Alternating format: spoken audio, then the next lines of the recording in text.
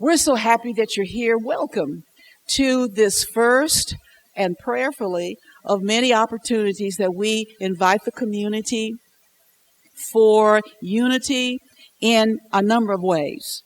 You are welcome here at Grace Covenant Cumberland Presbyterian Church, and you are welcome to be here to enjoy some of the presentations, the instructions, and the wisdom that's going to come from Mr. Joe Rhodes. And I'll let him know what Sensi means. I looked it up, but I'm going to let him do it. And then let him tell you a little bit about what brought him to martial arts, and then his good news about the next journey in his life. So if you would, give a hand clap of appreciation. Mr. Joe Rhodes. Awesome. Thank you so much. It's a blessing to be here today to speak in front of you guys about the importance of martial arts. I'll mention first my title, which is Sensei Joe. That's what all my kids call me. That's what my families call me. Sensei means teacher, and it means instructor. Now, before we get into the presentation, I'd like to talk a little bit about myself, because you might be wondering what qualifies a 20-year-old to be standing in front of you guys, you awesome people, and talk about self-defense. Well, I've been in martial arts for about 15 years. All right, I started because I was small, I was weak, and on top of that, I had zero confidence, which made me a very easy target for bullying and harassment growing up. Now, there were many instances in my life where I had to utilize the tools that self-defense training had given me. One in particular, I remember when I was very young, this kid who outweighed me by probably 120 pounds picked me up and started swinging me around without my consent, of course, and I'd yell, I'd tell him to stop. Now, my martial arts training had kicked in after about a minute of this harassment, so I grabbed his fingers because I knew that this was the weakest point of his hand, and I ended up breaking his hand. Now, that seems a little malicious, but it's what I had to do to keep myself safe in a situation. After this kid and his friends never bothered me again. Now, not only has martial arts helped me stay safe and out of dangerous situations, it also opened up my world to competition, which is a big part of my life. It not only was fun for me, but it taught me how to stay calm in stressful situations where my blood was rushing, my heart was beating really fast, kind of like situations where I have to speak in front of people.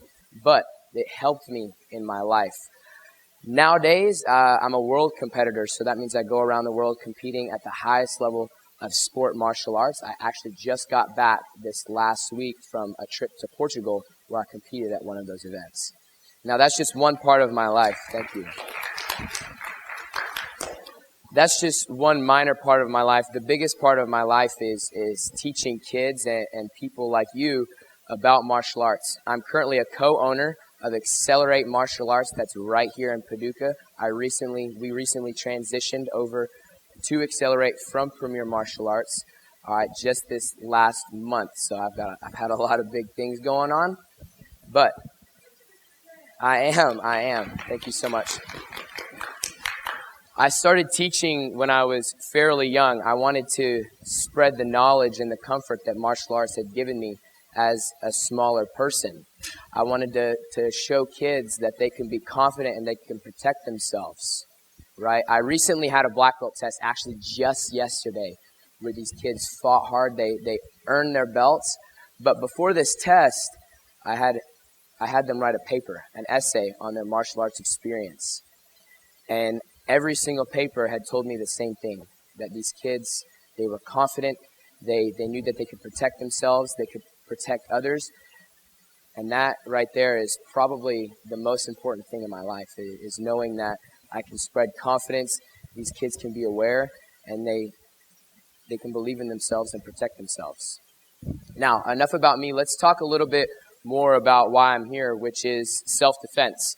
To prepare for this presentation, I talked with a colleague in my industry. Her name is Tahira Abdul. She's a college student in New York, so a very big city. She lives alone, right? So in my eyes, I could think that would be pretty scary, leaving your family, going to a big city like New York. But to hear she had mentioned that she's probably one of the most dangerous women that she's ever met, right? So that confidence alone helped her move forward and move past the fear of moving away from her family. And she got that confidence through her self-defense training. So self-defense training is not just about punches and kicks or even pepper spray, guys. It's about confidence and it's about empowerment. Which brings me to my first topic, confidence. Like I said, it's not punches, karate chops, it's not pepper spray, but it's probably one of the most important traits that you guys can learn and you can teach others to keep them safe in situations. Predators tend to go after people who are not confident, people who are weak, people who are timid, right? Because they're easy prey. They don't want anybody risky. So when you're walking around with confidence wherever you are, you're perceived less as a threat, right? And you didn't even have to throw a punch. You're just naturally confident. People are going to tend to leave you alone. Now, tagging along with the idea of confidence, using your voice is a great way to show it. God gave you this tool not only to communicate with others, to express how you feel, but He gave you this voice to show your confidence, to express yourself. So if you ever feel uncomfortable in a situation, you need to use your voice. Don't just let that situation occur. For example, let's say you guys are just walking down the street by yourself and you notice that somebody is acting a little sketchy and you feel uncomfortable in the situation. Instead of keeping your head down and continuing to walk, express how you feel. Tell that person, hey, what are you doing? Or hey, what's up? It doesn't have to be rude, but if you present in front of them and you know and you tell them that you know what's going on, chances are they're going to steer away from you. Right? Now, in order to know that person was there, you have to be aware of your surroundings, which is the second thing I'd like to talk about. Again, not punches or kicks, but being aware of surroundings. If you guys know how to stay out of situations before they even occur, you don't have to throw punches, you don't have to throw kicks. All right? Now, Tahira had mentioned to me in our conversation that she liked to go for runs in the morning. Again, in a big city like New York, by herself. Is she crazy? I thought she was, but again, she, through her martial arts training, through her self-defense training, she knows how to stay out and away from situations before they escalate, before they even get close to her. So she's confident in herself to do these runs. Now, another example of being aware of your surroundings is, say you're sitting at a park for lunch after work, right? You decide to sit down, you look at the beautiful scenery that God had given you, right, instead of looking at your phone. You notice that somebody keeps on glancing at you. It makes you a little uncomfortable at first, but then you think maybe it's nothing. And then you continue on with your food, and you end up finishing out, and then you realize that this person has gotten closer and made you even more uncomfortable. You wouldn't even notice this if you were looking down, just eating your food, and not looking at the beautiful world that God given you. Now, some of you might be thinking that might be seeing the negative in the world, but we all know that there is negative in the world, and we need to look out for it. And we need to make sure that you guys are comfortable and that you're teaching the kids that you have to be comfortable as well. We don't want to put ourselves in a position when we're uncomfortable and we don't feel safe, right? So, of course, I want you to look at the positive in the world, but don't forget that there is going to be the negatives. Now, something that can hinder us being observant is something that we have an issue in today's society, which is constantly being on our phones. Everybody in my generation is always looking down. Whether it's scrolling through social media, it's taking selfies, or it's texting your friends, these people are always looking down. So we have to know that if we're looking down, we're not being observant, looking around and seeing the world that God given us and looking for those dangerous things, those dangerous situations. If you feel unsafe, don't shell up. Be confident in yourself, look around, and be observant. Anything that's on your phone, it can wait until you're in a safe environment, when you're at home, when you're at work, when you're with friends. It can wait till then. Now, another thing that can keep you out of situations altogether is have a friend. Be in a group. Think about it. So a predator is going to go after somebody who is isolated, somebody who's by themselves, right? But if there's 2 of you, 3 of you at the mall going shopping for groceries, maybe it's kids at a school. When you are in a group, you're no longer a target. Who wants to deal with 2 people? That's 2 people. That's 2 issues. That's 2 people that they have to try to take. It becomes too much of a liability for that predator to try to assault you. So always have a friend.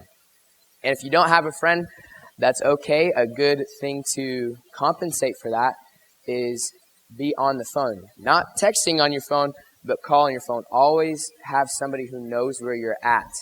All right? Because again, that becomes a liability to that person who's trying to assault you. If somebody knows where you're at, you can't be taken. I mean, there's going to be too much evidence at that point, right? So if you're on the phone, or pretend to be on the phone, you can be on the phone with your mom, your dad, you can be on the phone with your grandma, your friend, your pastor, or even 911. But if you let that person know that somebody knows where you're at, that can help you stay safe in situations.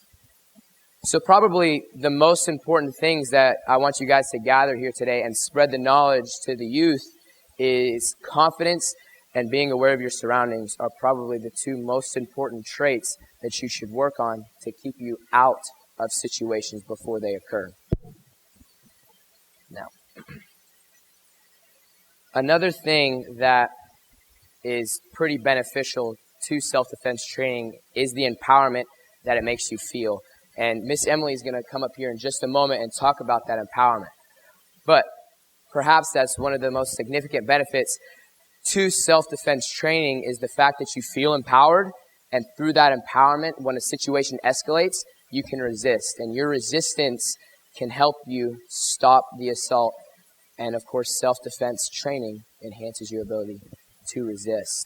All right, now before we get on to learning these punches and kicks and what to do in these certain situations, I'd like to bring up Miss Emily to talk to you guys about her experiences through martial arts. She's got 3 amazing kids who are also in martial arts. So guys, let's go ahead and give her a round of applause.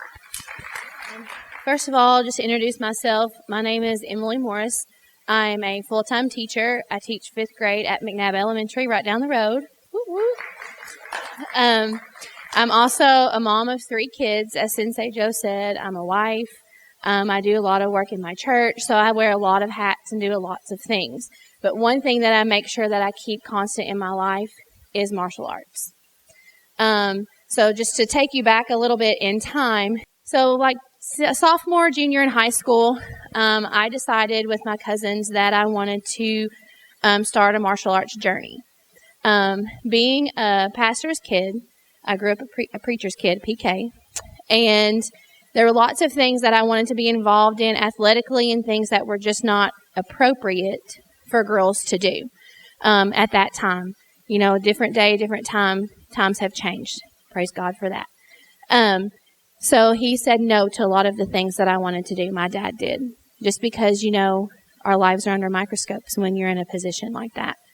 But when martial arts came up, my aunt said, if you want to do this with us, we will get you there. We will get you home if your parents say okay. So I presented it to my dad, and he was like, let me think about it. And I just presented the aspect of self-defense was my biggest argument with wanting to do it. Because, you know, I was a teenager. I was getting ready to start a job. And if you go to school during the day, when do you work? At night. And so I was 17. I was working at Sears when Sears was still down here at the mall. And I closed almost every night that I worked. And so I was walking out late at night into a parking lot in the dark by myself at 17.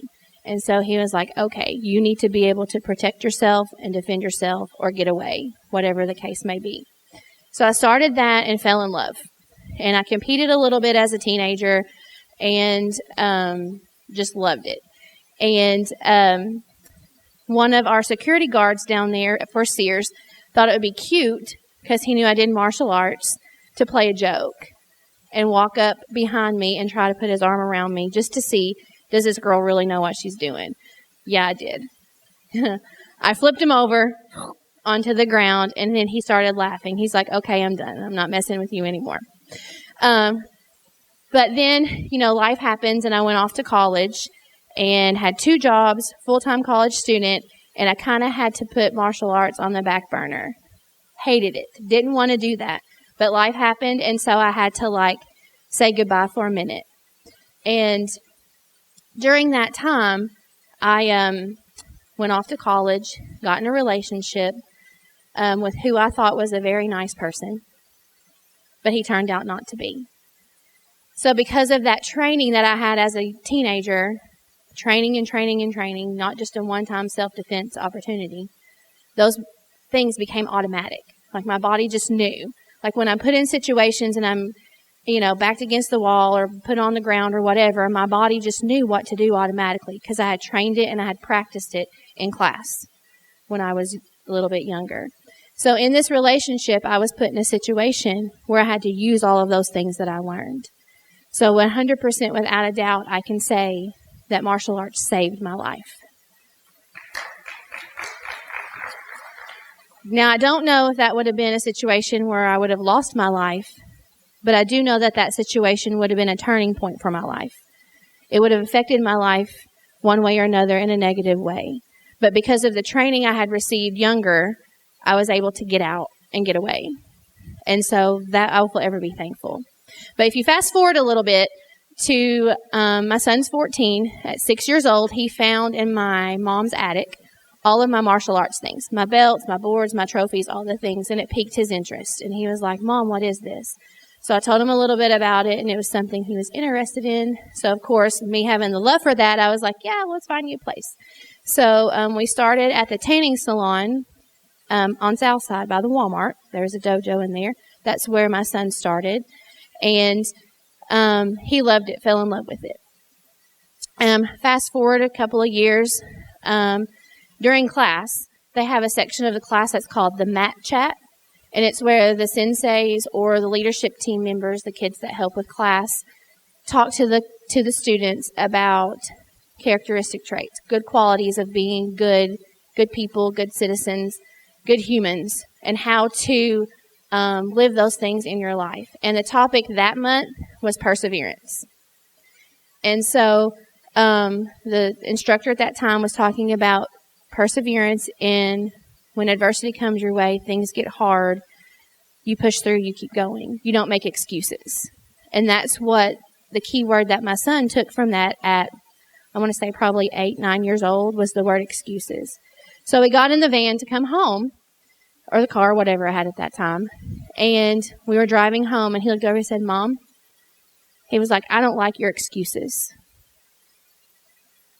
You can hear him saying that, right? Okay. And I said, "What do you mean, buddy?" And he said, "You had the excuse of college and your jobs and all these things as why you had to quit martial arts." And he's like, "I found your stuff and wanted to do it because I wanted to do it for you." He's like, "But I'm not." He's like, "I'm getting my black belt for myself, and I want you to have perseverance and go get your own."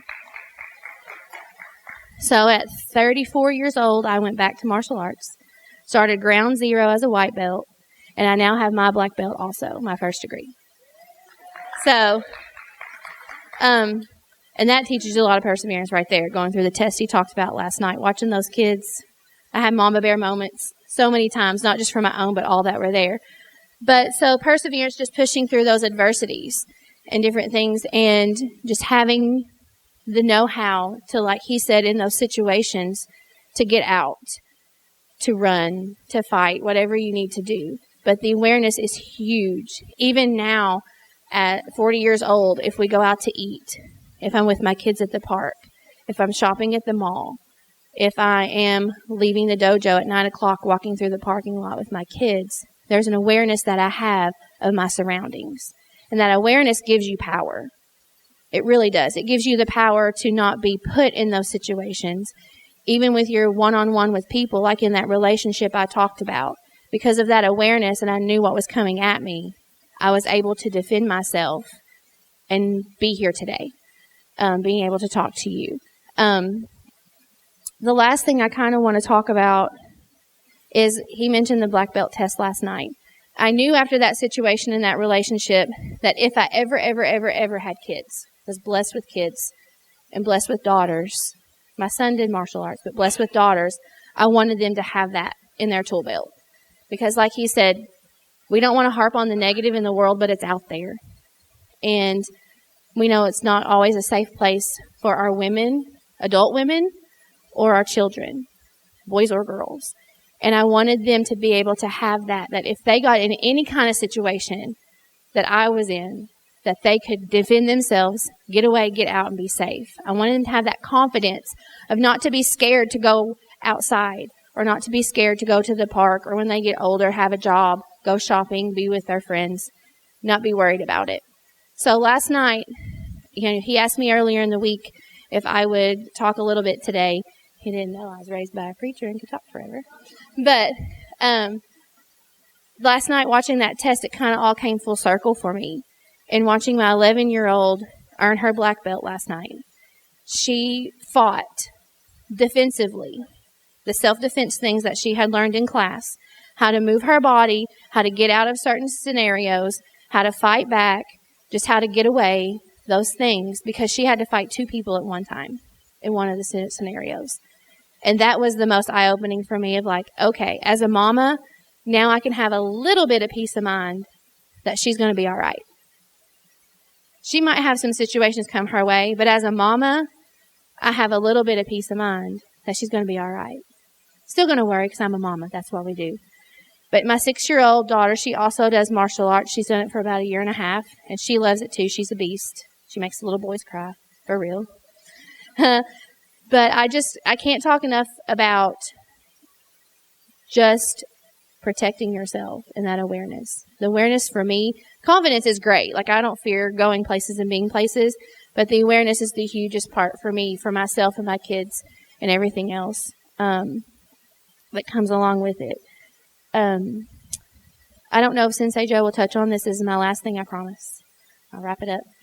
But when I was taught at a younger age and still by other instructors at an older age, the number one self-defense tactic or move is to run, to get away, before you even have to put your hands on anybody or they put their hands on you.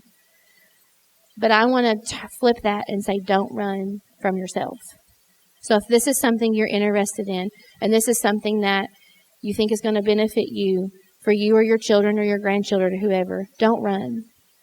Run, come to it and learn it, because it's only going to empower you, make you more confident, make you more aware, and it's going to help teach your children that as well. So don't run from that. Run from the enemies, whether it's Satan or whether it's those in the world, but run to something that's going to help you, whether it be the Word of God or whether it be self-defense. But martial arts literally saved my life, and I can't be more proud to spread that message. So thank you. Well, I'm very thankful that Jonas, her son, decided to snoop in the attic, because if not, then I wouldn't have her here today and have met those amazing kids.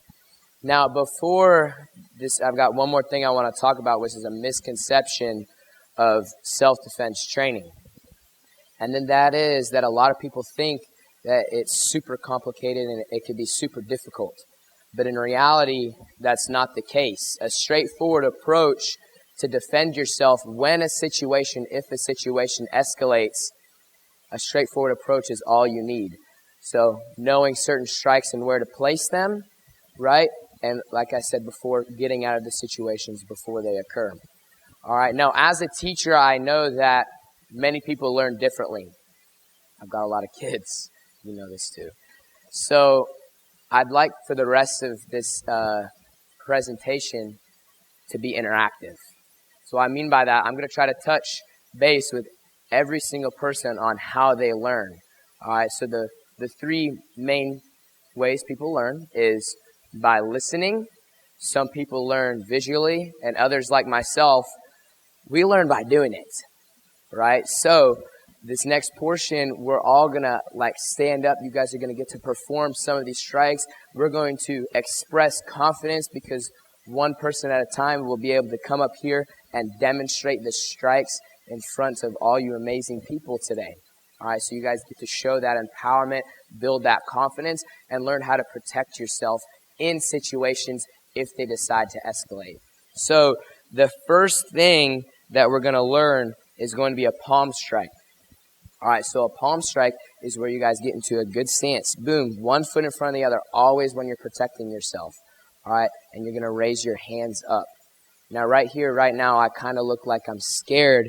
I'm fearful. So everybody go ahead and put your hands up like you're in a defensive mode, like, hey, please don't hurt me. But in reality, I'm getting ready to strike, right? So instead of busting up my knuckles, or for you ladies who tend to like to have long nails, you can't make fists, we're going to use our palm, right? I'm going to take my palm straight to my opponent's nose in order to blind them. It's going to take one strike, maybe two strikes, as hard as you can. Remember, you're hitting for your life. You're hitting to get out of there.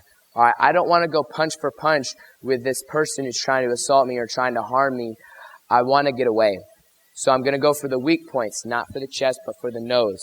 So I blind my opponent. They're stunned. They're looking away. They might be crying a little bit. All right, and that's going to give you enough time to run away, just like Miss Emily said. So if that situation escalates, we have our palm strike. So I need somebody to come up here and demonstrate on this tombstone. Not on me, please, not on me. I like my face. All right, on this tombstone. So who thinks they have the confidence to come up here today and hit this palm strike on this tombstone? Anybody? All right, let's do it. Let's do it. Let's give her a round of applause. All right. So you're going to put one foot in front of the other. Raise your hands up. Yes, ma'am. And you're going to put your palm straight forward onto the tombstone. I want you to do both hands. I want you to do one and two. Use both hands. Strong. Go. One and two. Give her a round of applause. Good job. Good job. Thank you so much. All right. She is powerful. My goodness. All right. Now, the next strike that you guys are going to learn is something that can hurt and harm your opponent's eyes. We're not going to do a demonstration for this one because you can't hit the tombstone, and I don't want to be blinded. All right. But what's going to happen is you guys can start in that same stance to where you look fearful, you look scared, you put off the illusion that you have no confidence when or if that situation escalates. All right. But what's going to happen is you're going to take your fingers and you're going to shoot them straight towards your opponent's eyes. Now, this might hurt your fingers a little bit, but that is just a small thing that could happen. And I think your life matters way more than a broken finger or two. So everybody, you can put your fingers up and you shoot them forward straight to your opponent's eyes to blind them, giving you enough time, perfect, to escape. Especially you women, again, who have nails. Ow, ow. It hurts me just thinking about it. It hurts me just thinking about it. All right, now another strike would be your hammer fist. This is a blunt force strike, again, going to your opponent's weak spot, which is going to be their nose. But this time we're going to go over the top. So now we actually get to make fists. So everybody squeeze your fist. Make sure your thumbs are in proper position. I'm going to turn that fist over. Hitting with the bottom of my hand, I'm going to go over my head and then down onto my opponent's nose, making sure I'm in that good stance, using my whole body. When you guys are striking, you want to use your whole body in order to generate enough power. So again, I need somebody who wants to express their confidence up here right now to hit this tombstone. So who thinks that they're willing to come up here and do this in front of you amazing people? All right, so you bring your hand up, and you're going to down onto the tombstone as hard as you can. Go. Boom! Give her a round of applause. Good expression of confidence. Now, another one that you guys can use, and this is going to be a little more situational, is say somebody has you up against a wall and you've got nowhere to go. Yes, I might be able to palm strike. Yes, I might be able to hammer fist, but I'm probably not going to be able to generate enough power, all right, to effectively harm somebody so I can get out. So what we can do is something called an elbow strike. So I got to take my elbow up like I teach my kids. They get a little chicken wing. So if you guys ever want to teach a kid how to do an elbow smash, tell them they're turning into a chicken. All right? Exactly right. Exactly right. So you guys turn into a chicken. You get into your stance. You rotate, and you're going to hit with the front side of your elbow. All right? Now you can do this one and then two, or one as hard as you can. Now, this can go to the nose. This can go to the chin, the temple, the weak spots of your opponent. Again, I'm going to need somebody up here. I've only got two more, so I need only two more people to help me demonstrate their confidence and showing of power of our elbow smash. Are you? All right, let's do it. Let's give her a round of applause.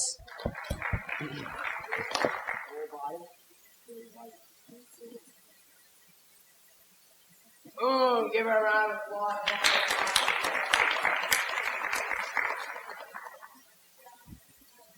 Yes.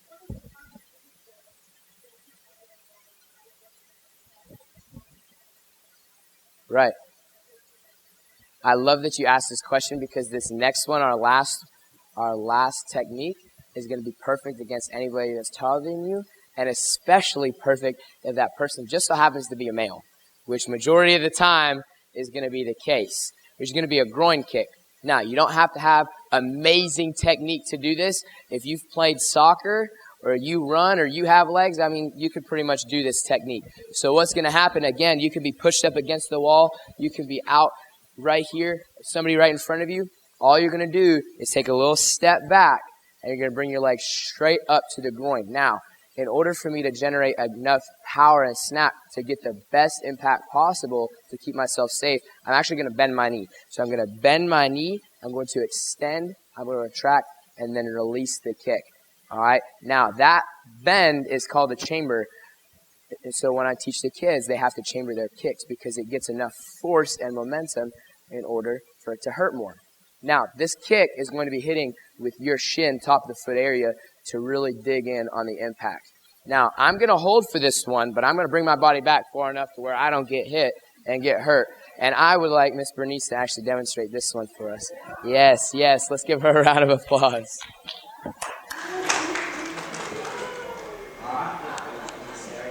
Step back. Boom, right here. Hit the groin. Go. Straight up, straight up. Yes, go. Boom, give her a round of applause. Ooh.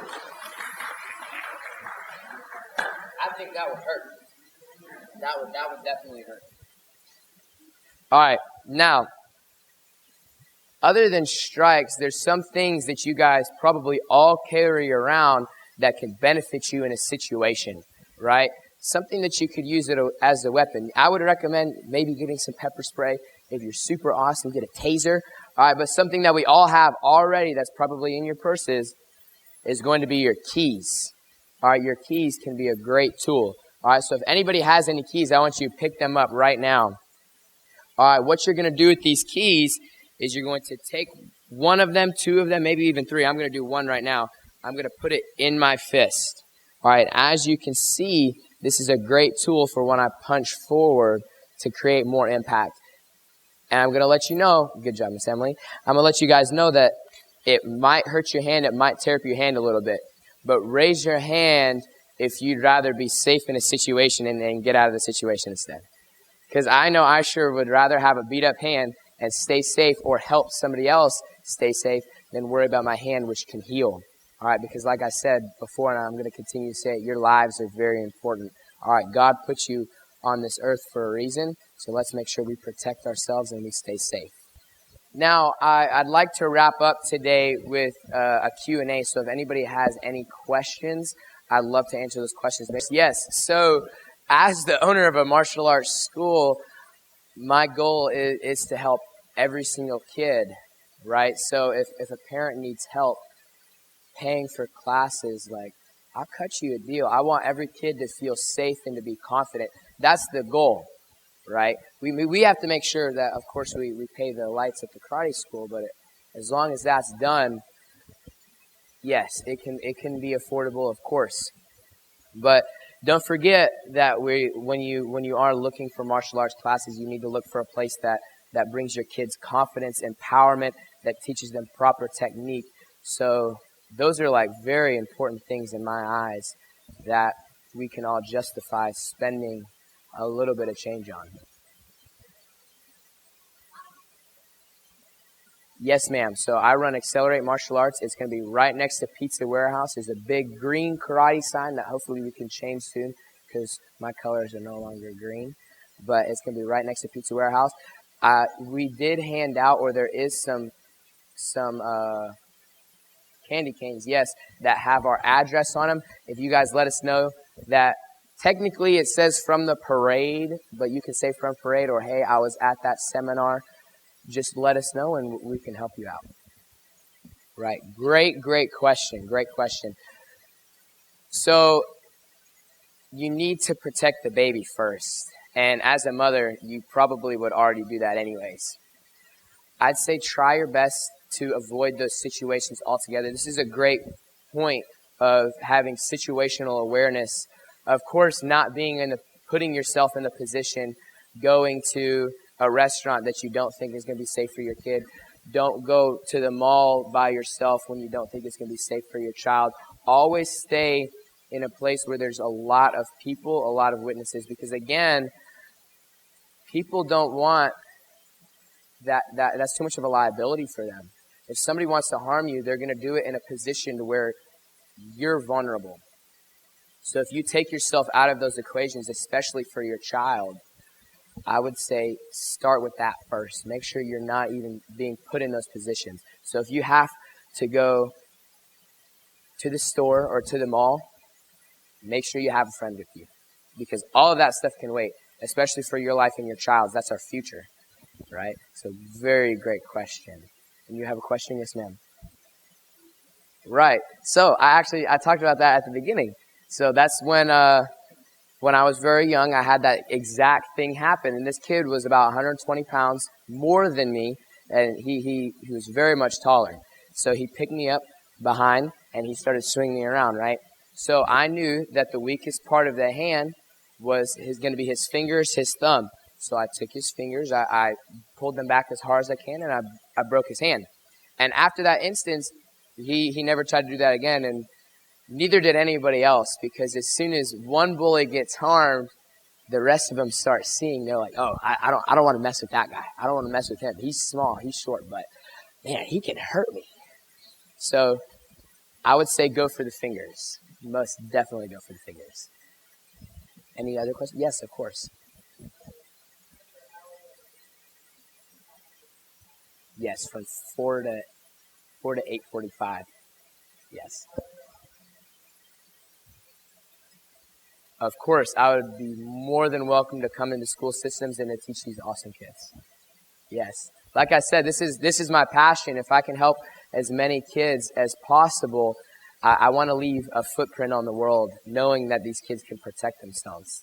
Like I said, these competitions and everything that I do, it's cool and it's fun, but to help the next generation feel safe and feel comfortable, like martial arts and self-defense training has done for me, is definitely the number one in my life. That's why I became a teacher. That's why I co-own Accelerate Martial Arts, is to help the next generation and to help you guys if you want to feel safe and comfortable as well.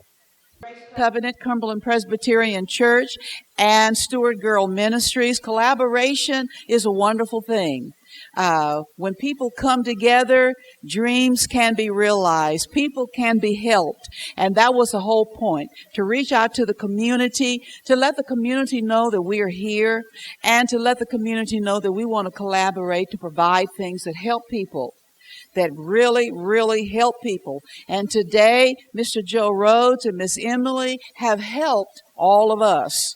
And so from this gathering, Mr. Joe can make some arrangements to go to other entities, other organizations, and do this same thing. And then that way we also collaborate with him from a distance. Stewart Girl Ministries is going to be one of your sponsors going forward. And when we work together, we can make a huge difference, one group at a time. And so be sure, if you're interested in Mr. Joe, Miss Emily, and others to do presentations where you are represented or that where you represent, please be sure to talk with him after we have a closing prayer. I want to thank Elder Chris Burkhart for doing the wonderful work he's been doing as Director of Building and Grounds. And he and I work so well together. And thank you so much for being here with us today, Elder Burkhart. Sister Latoya Benberry, my sorority sister, and the wonderful coordinator for Kids Company Family Resource Center at McNabb, that's making a huge impact in the lives and the families of so many children year after year after year after year. She is so good at what she does. Everybody's called to something, right? Everybody's called to something. Miss Julia Burkhart, who became a member, who had been attending for a while, but she's becoming a disciple. A disciple is a lifelong learner, and she is so willing to learn. And so she has been helping us here today, learning how to do some things other than what she already knows how to do. She's a smart young lady. She's the daughter of Elder Burkhart. Yes. Yes, ma'am. And Miss Betty Dismore, who has been attending and giving for a long time, became an official member of this church in October of this year. She just loves to give and to serve. And I love to be in the presence of people who want to serve God and who want to serve His people. We are not on this earth for any other reason, no matter what your religious belief may be. Only two reasons: to glorify God and to edify His people. And that's all we want to do. And so God bless you. God bless your households, your family, your needs, your concern. And if we are all together right now, is it okay if I do a closing prayer? Thank you, Brother Dewan Thomas. If it's did you say if it's short? Oh. Thank you. Thank you so much. Have yourself a merry little Christmas. Make the Yuletide gay. From now on, your troubles will be miles away. And that's it. Don't spend too much. Don't spend too much so you will have a Merry Christmas. Okay? Y'all feel that? Don't spend too much so you will have a Merry Christmas. God bless you. Happy holidays. Happy Advent season. And thank you for being so sweet in here today. Have a great rest of the week, great rest of the year, and a power-packed 2024. God bless you.